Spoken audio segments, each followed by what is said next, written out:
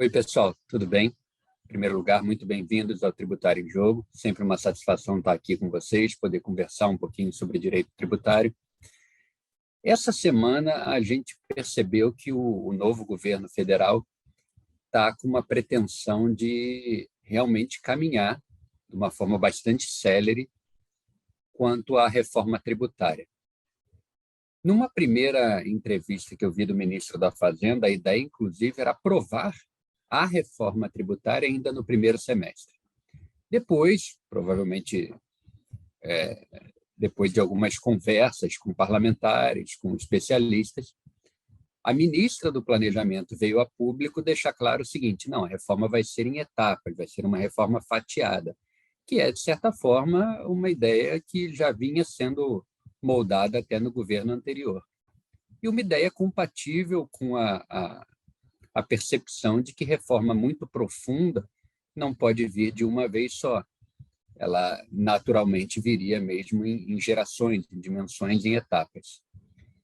E ontem eu li uma reportagem segundo a qual o ministro da Fazenda já admitia que em uma primeira fase, acho que ainda está, de repente, um pouco otimista demais, mas que no primeiro semestre aprovaria a reforma tributária sobre consumo e no segundo semestre avançaria na reforma tributária sobre renda.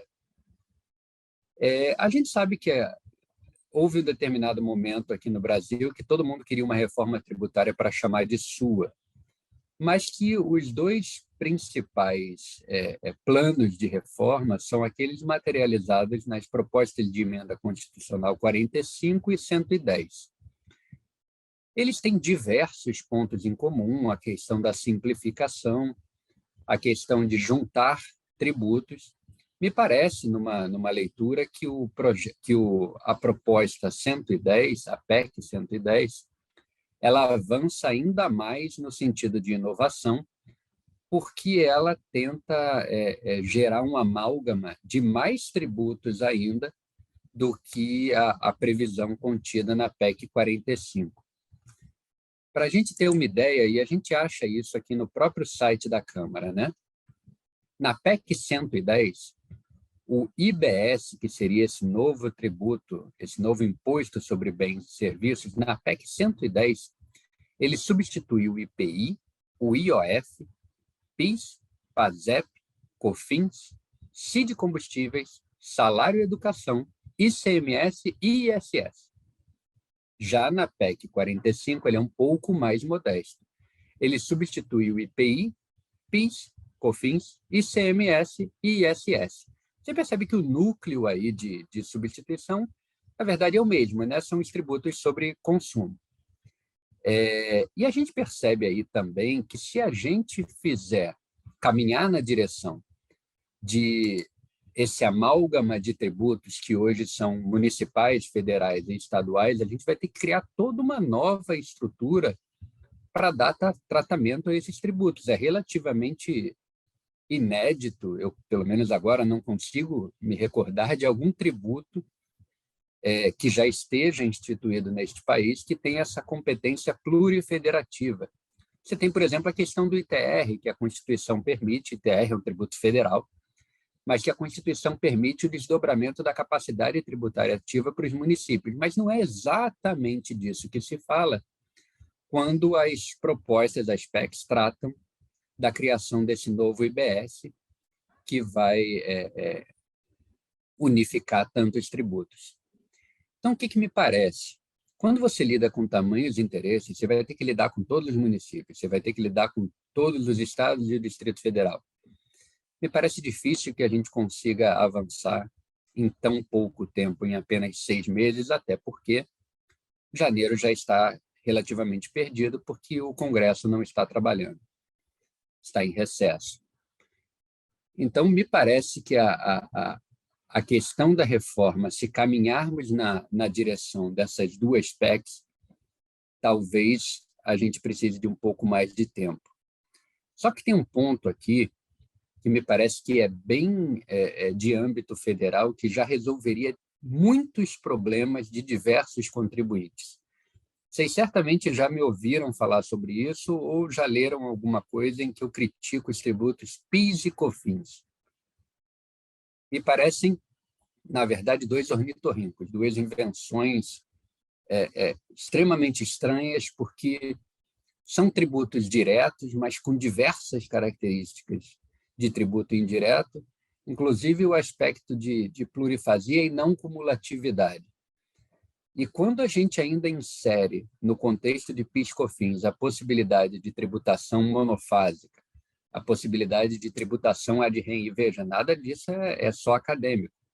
Na prática, a gente percebe, existe PIS/COFINS monofásico, existe PIS/COFINS ad rem. Então, você percebe que começa a se aproximar muito de um modelo de quase que de ICMS ou de IPI.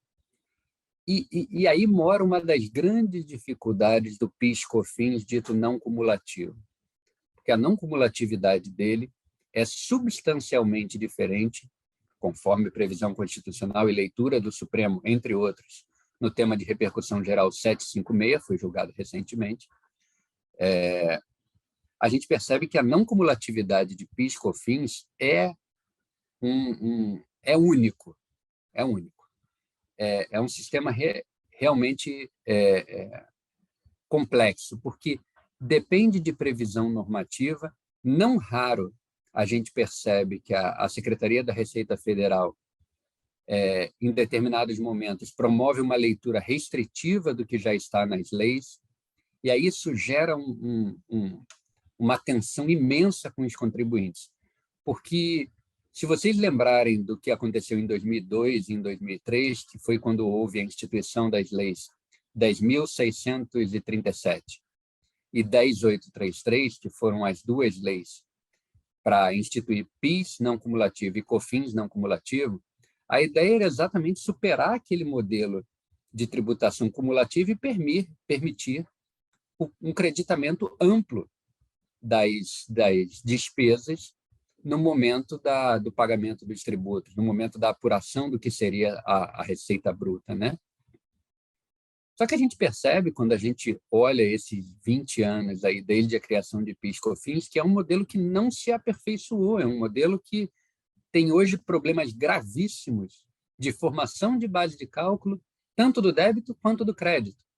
A professora Tatiana Jung apresentou aí num vídeo recente para a gente, quem não viu, eu recomendo que veja, toda a discussão relativa ao creditamento do PIS/COFINS relativo ao ICMS, o custo de ICMS na aquisição de produtos. Essa é uma discussão que, na verdade, se você pensar nela como um todo, ou seja, na questão relativa ao ICMS na própria base de cálculo de débito, é uma discussão que já se arrasta há anos e que toda vez que parece que vai resolver, que está resolvida, acontece algo como aconteceu aí recentemente com a MP 1159. Então, me parece que resolver a questão de PIS/COFINS é prioritário. Prioritário. E, para isso, a gente não precisa de uma emenda constitucional. Não precisa sequer de uma lei complementar federal. Existe o projeto de lei 3887 de 2020, que, é claro, precisa ser melhorado em alguns aspectos, precisa ser mais debatido, está parado no Congresso, precisa ser objeto de deliberação mais ampla. Ele prevê exatamente uma contribuição de bens e serviços, me parece que o mais adequado seria uma contribuição de receita bruta, mas nomenclatura talvez aqui seja o que menos importa. Mas ele prevê exatamente esse novo tributo, essa CBS, substituindo o PIS/COFINS, tentando resolver problemas históricos de formação de base de cálculo e, finalmente, tratando do creditamento, dessa não cumulatividade, de forma ampla, verdadeiramente ampla.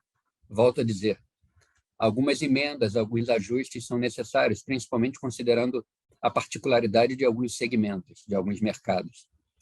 Mas a caminhada adiante que se promove na CBS é muito substancial, muito substancial. Acredito que seria capaz de desafogar grande parte das demandas que hoje assolam o judiciário, que a gente vê no CARF. Percebam, por exemplo, que uma das teses que há no CARF e que em tese, justificou a volta do voto de qualidade pró-fisco foi exatamente a viabilidade de creditamento de PIS/COFINS em determinados casos, que serviços, produtos conectados a produtos tributados de modo monofásico. Ou seja, é uma discussão sem fim. Nós estamos parados desde 2002 e 2003 discutindo as mesmas coisas de modo cíclico. Não conseguimos ainda entender a profundidade da não cumulatividade de PIS/COFINS, não conseguimos ainda entender como é que é a formação da base de cálculo de PIS/COFINS, e parece que é uma experiência que precisamos reconhecer que não deu certo. Precisamos mudar, precisamos evoluir. A mim me parece que o projeto de lei 3887 é pelo menos um embrião para que possamos discutir PIS/COFINS, criar esse novo tributo e, a partir disso, pelo menos conseguirmos trabalhar em nível federal de uma forma mais linear, menos temerária. Hoje em dia, verdadeiramente, os contribuintes não sabem com precisão como formar uma base de cálculo de PIS/COFINS, do que ele pode se creditar, do que ele não pode se creditar. E num cenário desse, se você pensar em competitividade, você gera problemas enormes. O contribuinte que tem maior apetite a risco pode acabar dominando o mercado. O contribuinte que conseguiu aquela liminar, que conseguiu aquela decisão transitada em julgado, quando o entendimento ainda não era uniforme, tudo isso pode gerar uma distorção muito grande no mercado. Então, eu faço os melhores votos que haja uma evolução e que a primeira fase da chamada grande reforma tributária contemple uma solução para o que, para mim, hoje é um grande problema tributário desse país, que responde pelo nome de PIS e COFINS.